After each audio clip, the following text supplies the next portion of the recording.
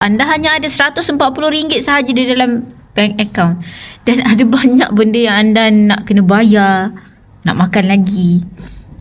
Dan anda hanya mengharapkan Allah Subhanahu Wa Taala sahaja daripada teknik yang Cik Umirul ajarkan.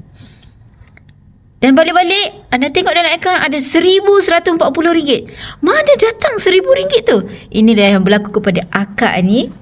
Okey, di mana rupanya ia adalah lebihan duit insurans yang dia dah tutup 6 bulan lepas. Allah bagi pada waktu yang tepat. Alhamdulillah, rezeki tu memang milik dia. Tetapi bila dia betul-betul berusaha, dia punya rasa indah nikmat tu, rezeki tu luar biasa.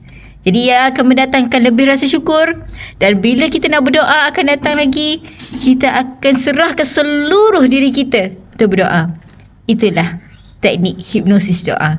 Jadi kepada anda yang belum lagi dapatkan daftar teknik hipnosis doa, anda masuk dulu dalam link di bawah.